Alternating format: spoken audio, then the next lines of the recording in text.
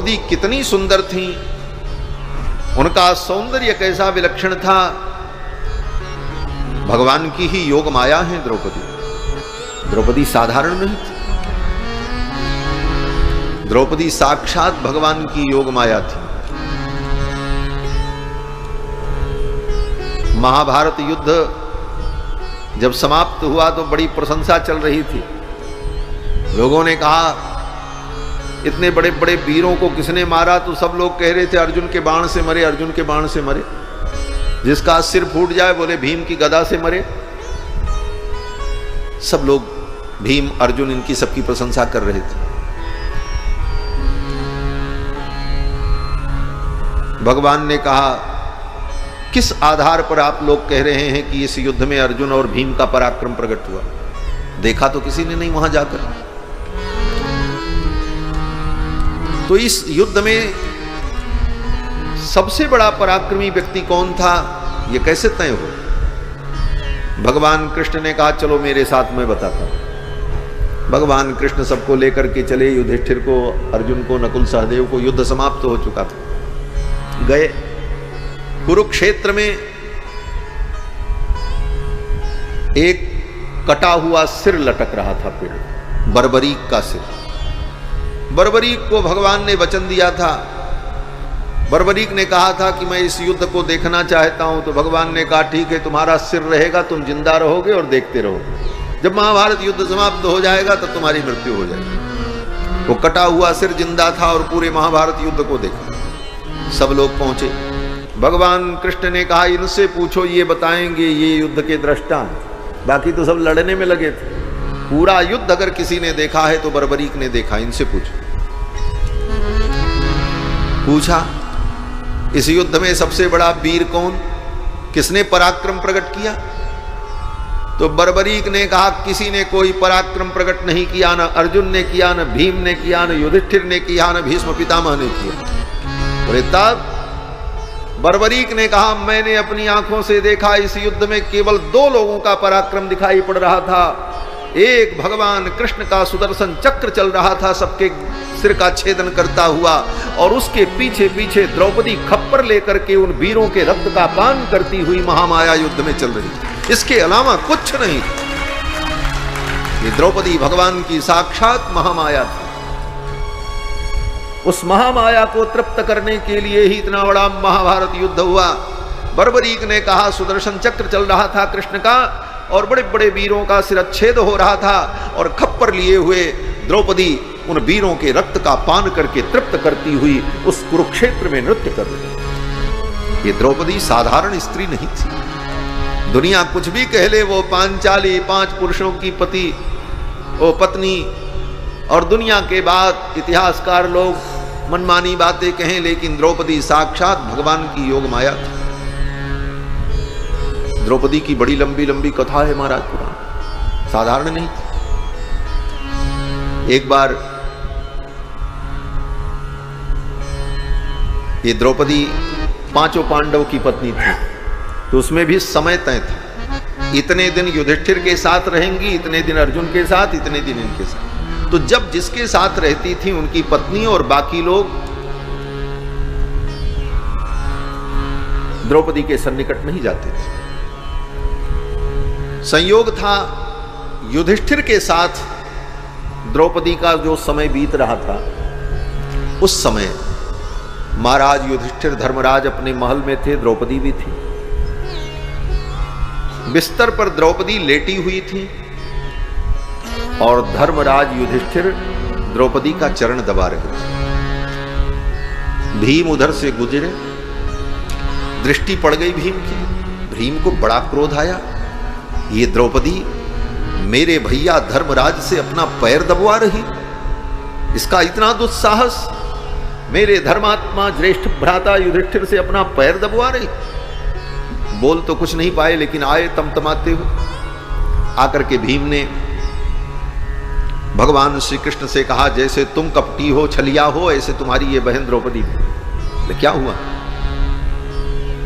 भीम ने कहा ये कहां का धर्म है कि पति से जो है पत्नी अपना पैर दबवावे। बोले क्या हुआ? भीम ने सारी बात बताई। द्रौपदी अपना पैर दबवा रही है और भैया धर्मराज उसका पैर दबा रहे हैं, मैंने देखा अपनी आंखों से, ये अधर्म है। भगवान कृष्ण ने कहा वो धर्म है कि अधर्म है वो तो बात की बात है, लेकिन एक पति पत्नी एकांत में क्या कर रहे हैं ये देखना सबसे बड़ा अधर्म है। अधर्म तो तुमने किया, तुमने क्यों देखा? भीम ने कहा वो सब ठीक है, मैं जानता हूं कृष्ण तुम मुझे निरुत्तर कर दोगे, परंतु ये धर्म नहीं है। भगवान ने कहा तुम नहीं समझ पाओ। भीम ने कहा आप समझाओ अगर मैं नहीं समझ सकता। भगवान ने कहा चलो। भीम को लेकर के चल पड़े। रात्रि में नगर से बाहर एक जंगल में लेकर के भीम को भगवान गए। भीम ने कहा इस जंगल में आप हमको लेकर के क्यों आए? बोले बैठो आज सब दिखाते। उस जंगल के अंदर बहुत बड़ा सैकड़ों एकड़ का मैदान था, जंगल के मध्य में। भीम ने कहा ये मैदान? बोले देखो चुपचाप। एक पेड़ के ऊपर भीम और भगवान कृष्ण दोनों बैठ गए। रात्रि के जब 12 बजे तो भीम ने क्या देखा, अनेक सेवक जंगल से निकल करके आए और सफाई होने लगी, झाड़ू लगने लगा। फिर उस पूरे मैदान को साफ किया गया, सुंदर मखमल की कालीन बिछाई गई, चंदोवा ताना गया, मंडप बना। भीम सोचने लगे इस रात्रि में इस जंगल में इतनी बड़ी तैयारी कौन कर रहा है, क्या होने वाला? अब तो महाराज भीम ने देखा बड़ा दिव्य दरबार सजा, एक सिंहासन बड़ा लगा और उस किनारे किनारे अनेक सिंहासन लगे। भीम सोचने लगे किस राजा का दरबार लगने वाला, कौन यहां आने वाला है। तब तक भीम ने क्या देखा, वरुण आए, कुबेर आए, इंद्र आए, ब्रह्मा आए, शंकर आए, ये सब बड़े बड़े देवता आए और सिंहासन पर यत्र तत्र बैठ गए। एक सिंहासन ऊपर खाली था। भीम सोचने लगे ब्रह्मा आ गए, शंकर आ गए, भगवान विष्णु आ गए, बड़े बड़े देवाधिदेव आ गए और सब बैठ गए सिंहासन पर। अभी मुख्य सिंहासन खाली है, अब कौन आने वाला? लेकिन कुछ देर बीतने के बाद भीम ने देखा सेवकों ने बिरदावली का पाठ किया। सेवकों ने कहा सावधान, अखिल कोटि ब्रह्मांड नायिका सर्वेश्वरी महाकाली भगवती पराम्बा जगज्जननी महामाया द्रौपदी पधार रही हैं। भीम ने देखा महाराज बड़े राजसी ठाट बाट से द्रौपदी आ रही हैं। सेविकाएं उनके वस्त्रों को संभालती हुई उनको लेकर के चल रही थी। भीम ने देखा द्रौपदी, लेकिन द्रौपदी ने किसी की ओर नहीं देखा। ब्रह्मा इंद्र वरुण कुबेर सब हाथ जोड़ करके नतमस्तक थे।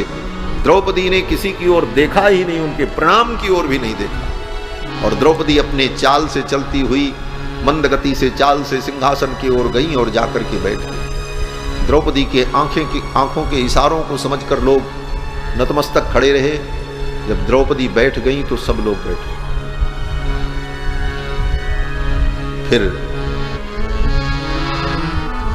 सेवक लोग गए और बहुत बड़ा सोने का कड़ाहा था, जिस कड़ाहे में कई हजार कुंटल रक्त भरा हुआ था, खून से लबालब भरा। सेवक लोग उस कड़ाहे को पकड़ करके लेकर के सभा में आए, द्रौपदी के सामने रखा। वो कड़ाहा जो था थोड़ा सा खाली था। द्रौपदी की आंखें लाल हो गईं। द्रौपदी ने कहा ये पात्र परिपूर्ण नहीं है, किसका रक्त अभी तक नहीं आया, ये मुझे बताया गया। द्रौपदी ने कहा किसका रक्त अभी तक नहीं आया, ये कड़ाहा इतना खाली क्यों है, ये परिपूर्ण क्यों नहीं? सेवकों ने कहा सबका रक्त आ गया है, केवल भीम का बाकी है। इतना सुनते ही तो भीम पेड़ से नीचे गिरे धड़ाम से, कृष्ण मुझे बचा लो। भगवान ने दौड़ करके भीम को पकड़ा। भीम लिपट गए भगवान कृष्ण से, बचा लो, ये द्रौपदी तो राक्षसी है, ये मुझे खा जाएगी। भगवान ने भीम को थोड़ी देर संभाला, सांत्वना दी, तब तक वो दृश्य गायब हो गया। भगवान ने कहा भीम कि द्रौपदी मेरी महामाया है। इस महामाया का ही ये प्रपंच विराट जो है विस्तार है, और ये महामाया द्रौपदी के संकल्प से ही ये ब्रह्मांड में जीवन मरण सब कुछ चलता रहता है। यह मेरी योग माया है, मेरी योग शक्ति है। तो द्रौपदी साधारण नहीं थी महाराज। द्रौपदी के सौंदर्य का जो वर्णन महाभारत में है, प्रसंग राम जी के सौंदर्य से शुरू हुआ। राम जी के सौंदर्य को देखकर पुरुष भी स्त्री भावापन्न हो जाएं। और द्रौपदी कितनी सुंदर थी, महाभारत में वर्णन है। जब राज्याभिषेक के समय द्रौपदी को स्नान कराने के लिए दासियां एकांत कक्ष में लेकर के गईं, तो द्रौपदी के जघन सौष्ठव को देखकर, द्रौपदी की जंघाओं को देख करके उन दासियों के मन में पुम भावम मनसा जगुहु, वेद व्यास जी कहते हैं उन स्त्रियों के मन में पुरुष भाव जागृत हो। ऐसा सौंदर्य था द्रौपदी। तो आज तक के इतिहास में ऐसे स्त्री पुरुष अगर कोई हुए तो पुरुष में श्री राम जी और स्त्रियों में द्रौपदी।